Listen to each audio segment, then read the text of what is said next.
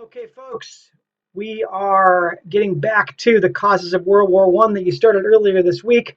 Again, World War One was the devastating and world-changing conflict that raged from 1914 to 1918, primarily in and around Europe, with some other theaters of war around the world.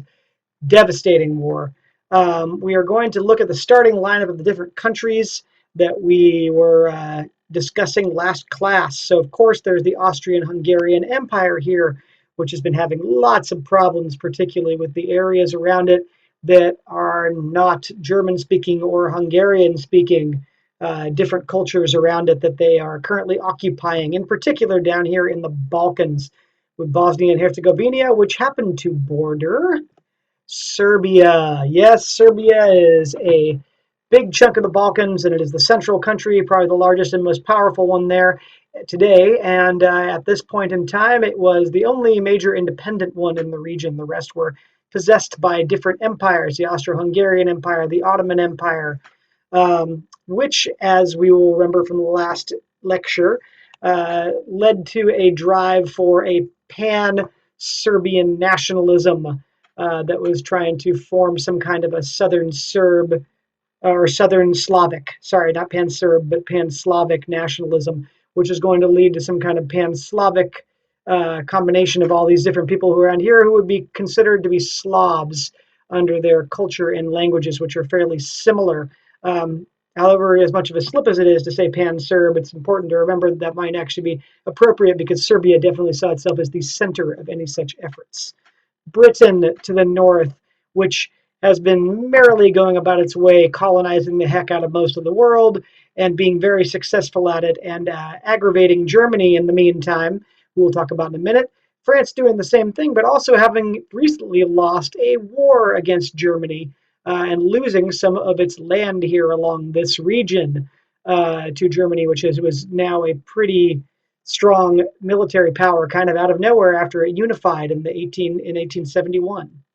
And of course, Germany. So we're going to be learning a lot about Germany in the next few weeks.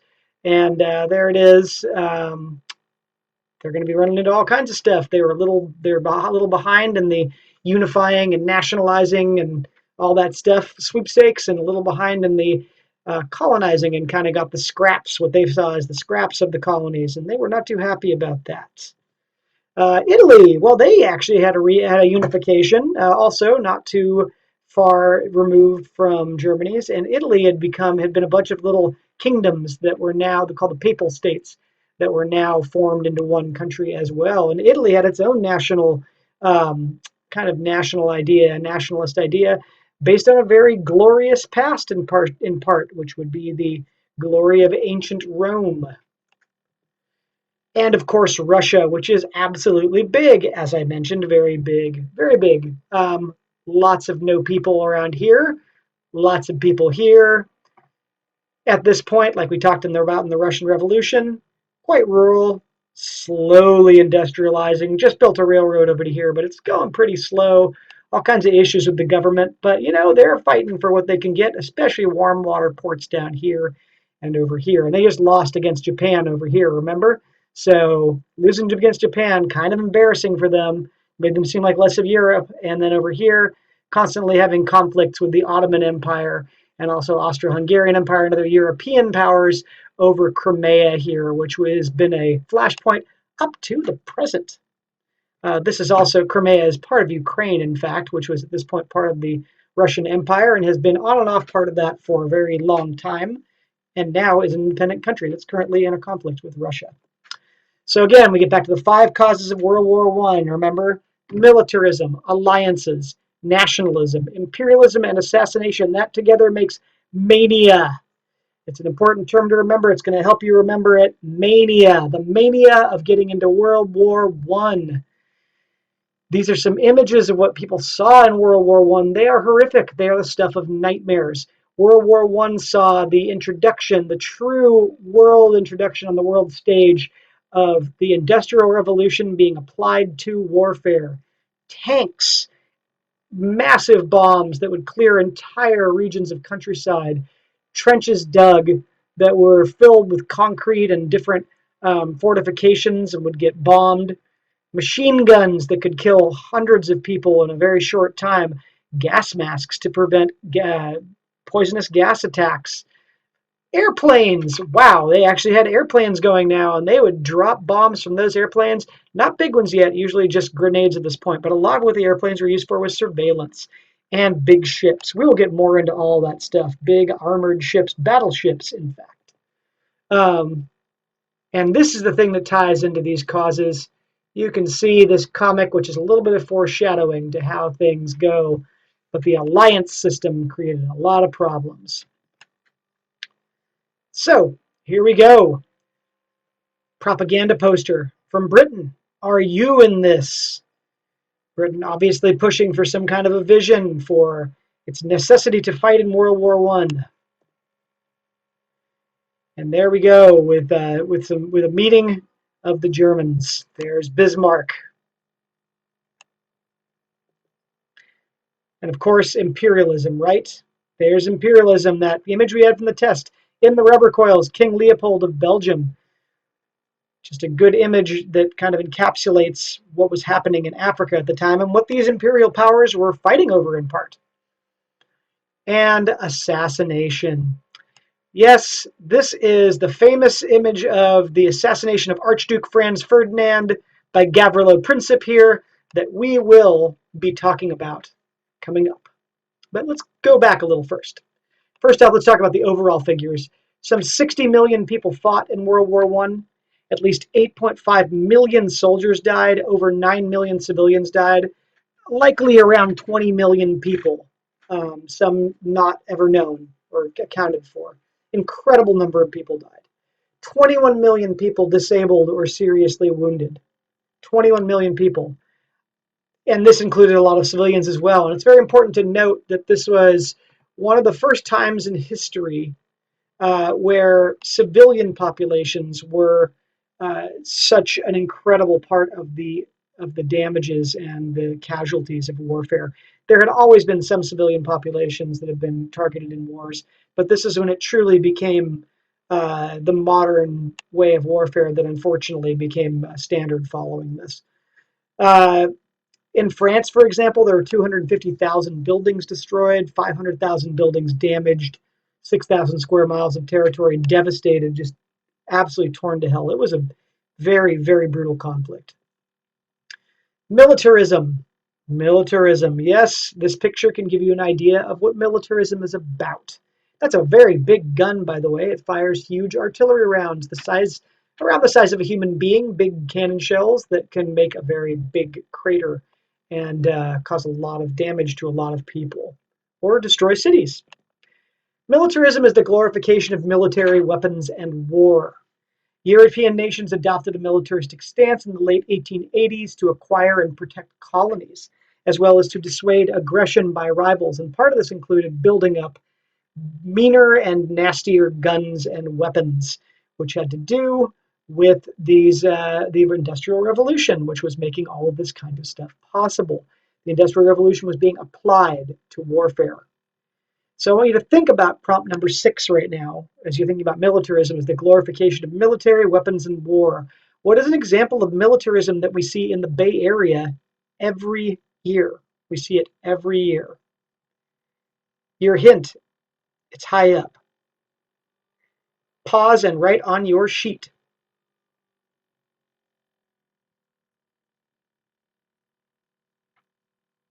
Okay, if you guessed the Blue Angels, you were correct. The Blue Angels are a display of military technology and hardware, and reminds people that the United States military is extremely powerful and dangerous. The arms race. So that's tied into militarism. Each country saw the other as a potential threat. So building up their weapons, Britain created a huge navy, not a shock considering how oriented towards sea power they were.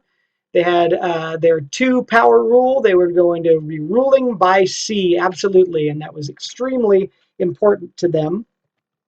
And in order to execute this 2-power rule, this huge navy, their idea was that they would have this 2-power rule, which is that the Royal Navy would be at the size of at least the next 2 largest navies combined. So it had to be the size of at least the next two largest national navies combined. That's a big navy. It's a lot of ships. Two-power standard. And in part to help do this, they created these ships called the dreadnoughts. Nasty looking things. There's one. It's a battleship. It's what we think of as a battleship. At the time, there had never been anything like this. There were iron ships that had been happening for a few decades, since the mid 1800s, but this was a fully battle ready, cannon bristling warship, the likes of which the world had never seen. So the dreadnoughts, which became battleships, and they created an entirely new type of warfare. And in particular, they were targeted by and used to fight another type of military technology that the Germans pioneered, U-boats, which are submarines. But we'll get into that later. So alliances. The purpose of an alliance system is that it's a treaty that binds two or more countries together. It's for protection. So the idea is that if you have an alliance with another country, a mutual alliance, then if that other country is attacked, then you are bound to run to the defense of the other country and attack the country that is attacking them. It's for protection, oftentimes by countries that have strong economic or political interests with each other, some of which might be more or less powerful than the other one. Important to remember, these things can go in some strange ways. They can be they can be a defensive tactic against a third country. They can be aggressive to signal to a country the intentions of another country. A lot of different reasons for it. It gets very complicated. In the modern world, we have a big one. Can anybody guess what it is? If you guessed NATO, which is the North Atlantic Treaty Organization, the alliance of most of Western Europe and the United States and a number of other countries, you would be correct. And that has generally been seen as a counterbalance to, during the Cold War in the 1950s onward, it was a counterbalance, 1940s and 50s onward, it was a counterbalance to the Soviet Union and communist China. And today it still actually is used against Russia. No, it's now Russia and communist China. But it's also very controversial in some ways. So these alliances at the time, they were different, and they were a lot more fluid, and they tended to change quite a bit. But at the moment when World War I was happening, there was an alliance called the Triple Entente. So that was an alliance of France, Russia, and Great Britain. Remember, France had been fighting with Great Britain not that far in the past.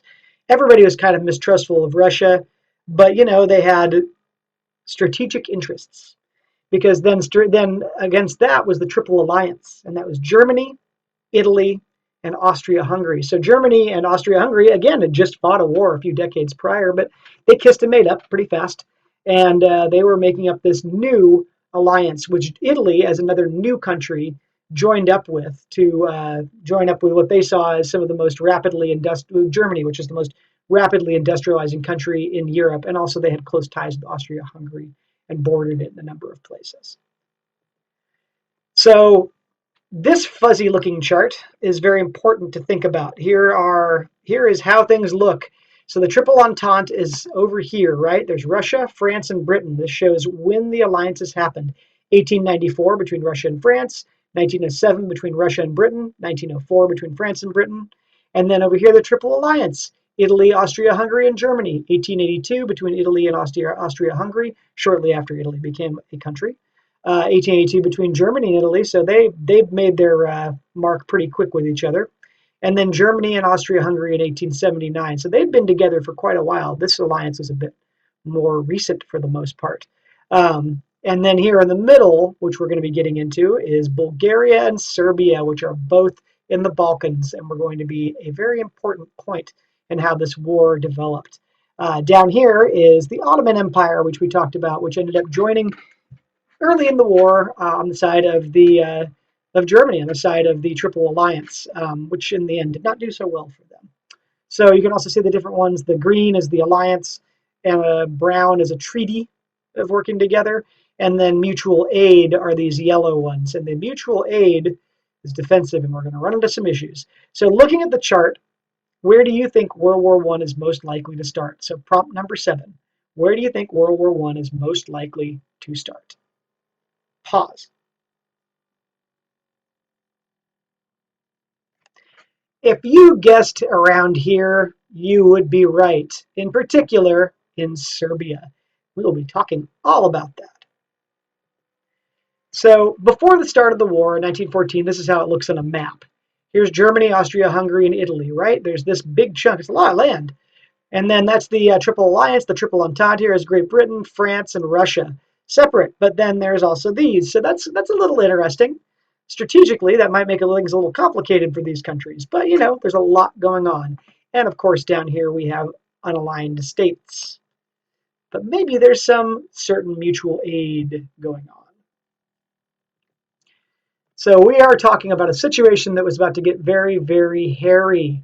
Looking at these different ones, I wonder if you could make any sort of guesses about what these different countries are. Well, here's a guess. Serbia, Austria, Hungary, and then there's the Ottoman Empire, then there's the Germans, and the French, and the British. So you can see this is looking like a bit of a mess. This is some gang stuff. Gang, indeed. Nationalism. What a cartoon here, huh? Lots going on. Complicated cartoon. Lots and lots and lots going on. Okay, so what are we seeing here? Let's think about this. Who or what is the big mouth figure to the upper right supposed to represent? What is this? Who is this up here? What perspective? And after you answer that, thinking about what this is looking like and what the different figures are doing, what perspective do you think this cartoon is from? Where in Europe or elsewhere do you think this cartoon was created from, and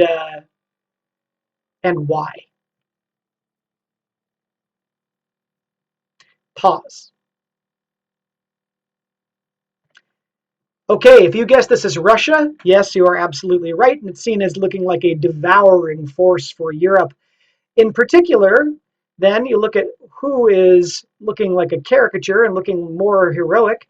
Obviously, here it looks like Austria-Hungary is the one that's really holding the big gun to hold back this monstrous Russia gobbling up Europe.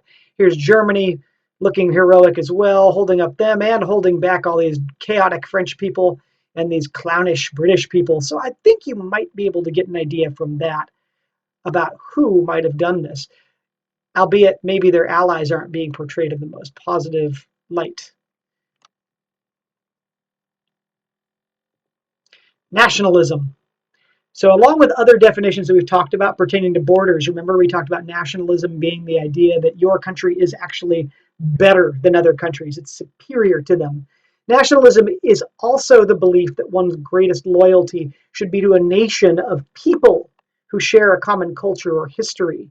Not just borders, but also a common culture or history. It's a perceived common history or culture, which could be borders or could be some sort of potentially future border type situation, um, pulling together into some kind of a national identity. This is an important definition to keep in mind when you're talking about states that don't necessarily exist, but that some people very much want to exist.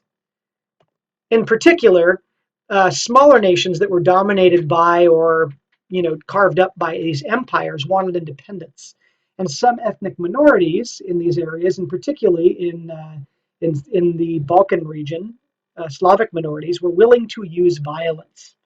Also, we had powerful countries such as Germany that were aggressively promoting their interests nationally. And remember, Germany was pretty bummed out about what a low level of colonies they got.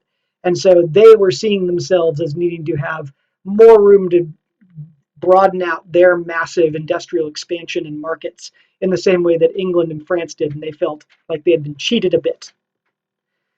So nationalism was being driven. You can see some images here. Here are some French recruits getting ready for the war, looking very excited, fired up by nationalism, shared sense of history, bitter about the Germans who had just taken them down a few decades ago. This is our chance for revenge, right? And a German boy pretending to be a soldier, not an uncommon thing in the world. Um, by the end of some of these wars, children this age or just above it were fighting in these wars. Imperialism.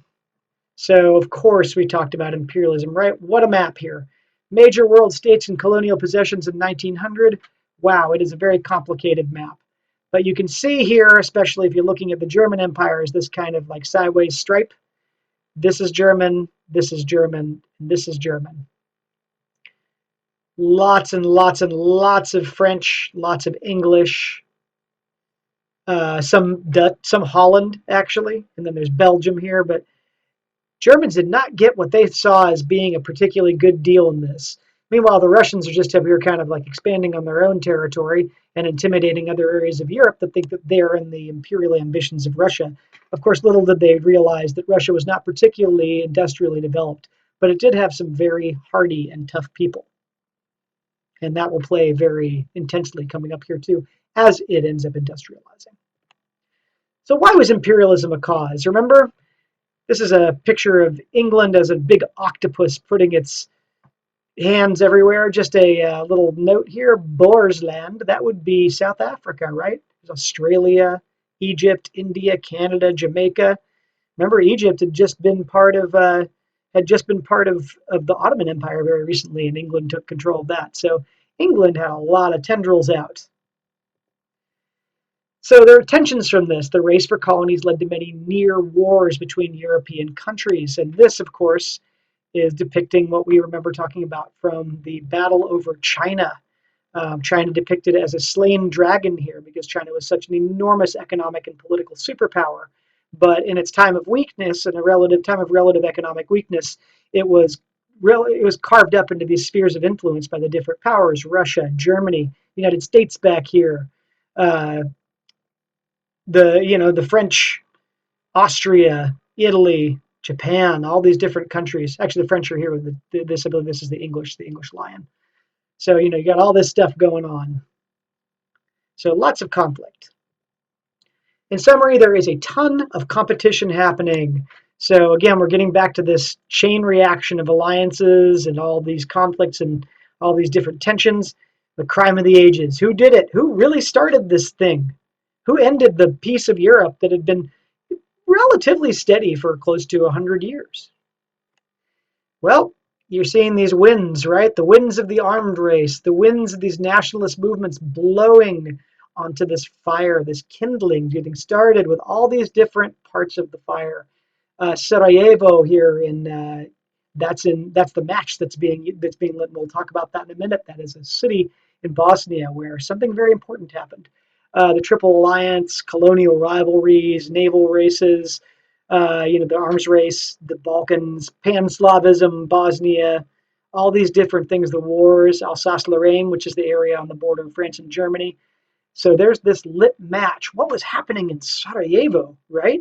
Sarajevo, Bosnia, next to Serbia. It's about to light this kindling on fire. Well, what's this? What do we remember here? Does anybody remember what this is? This is a review. Think about what this was from yesterday's lecture, okay? What is this? Pause.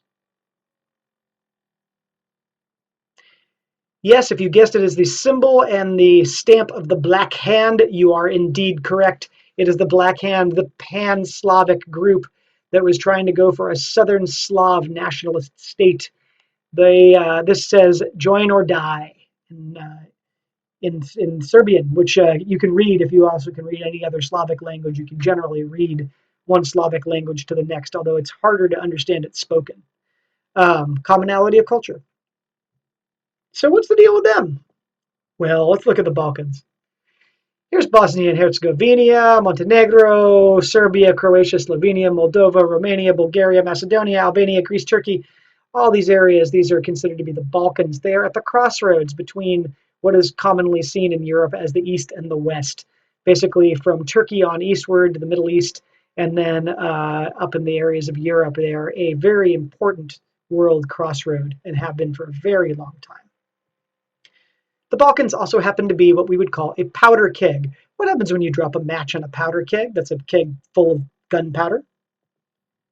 That's what happens when you drop a match into a keg full of gunpowder. Well, the Balkans were a keg full of gunpowder. They were very, very ready to blow up. They have consistently been that on and off. In fact, one of the only major wars to be fought in Europe until very recent years with the war in Ukraine against the Soviet Union, the Civil War, is the conflict that was happening in the Balkans in the 1990s. That was very nasty and involved actually some genocidal stuff that was very bad. But it's still a very difficult area. So what was the spark? What's the spark that caused this powder keg to blow up? Well, it was an assassination. Archduke Franz Ferdinand was the heir to the Austro-Hungarian Empire, and Franz Ferdinand was assassinated while visiting Sarajevo, Bosnia with his wife on June 28th, 1914. He was assassinated. Here he is with his family. So there's the Duke, there's his children, there's his wife. They were driving through town, and there, as he was going to drive to different events and was meeting his constituents and meeting the people within the empire who were allied, Gavrilo Princip came out and shot him. And he was not the only one who had tried to do it. There were other attempts. Why did this happen? Well, the Serbs in Bosnia wanted independence, and they had an independent country, but with Serbia. But they wanted to actually the Serbs in Bosnia, who identified as Serbs, wanted Bosnia to become part of their country. They wanted to take over this region. Of course, Bosnia is not all Serb. In fact, there is a very large Muslim population that do not consider themselves to be Serb. There are also people who consider themselves to be Croatians and other and Bosnians. So there are people who do not feel they're part of that Serbian population, and that was what a lot of the conflict in the 90s was about, and was about back at this point too. But this was part of the Austro-Hungarian Empire, so Serbia had been plotting about this. The Black Hand had hired 7 young Serbs to assassinate the Archduke and his wife. All of them failed that day. They all failed. It took one finally to do it, a 19-year-old named Gavrilo Princip, who was not a particularly good shot, but did manage to get a lucky break with it. The other ones all failed. So here he is. They got him afterwards. He was done. But he managed to shoot the Archduke. And he didn't die immediately, but the Archduke was dying. And this ended up creating a spark that lit up the powder keg of the Balkans. After the assassination, the alliance system swung into action. So Austria-Hungary issued an ultimatum to Serbia that was a threat to take over the country. An ultimatum is a list of demands backed by a threat. So prompt number 10, based on mania, militarism, you know what mania is, you already did it. Mania, if Austria-Hungary invades Serbia, what do you think will happen next? Hint, don't just say World War I. What happens next? What's the next thing that's going to happen? Pause.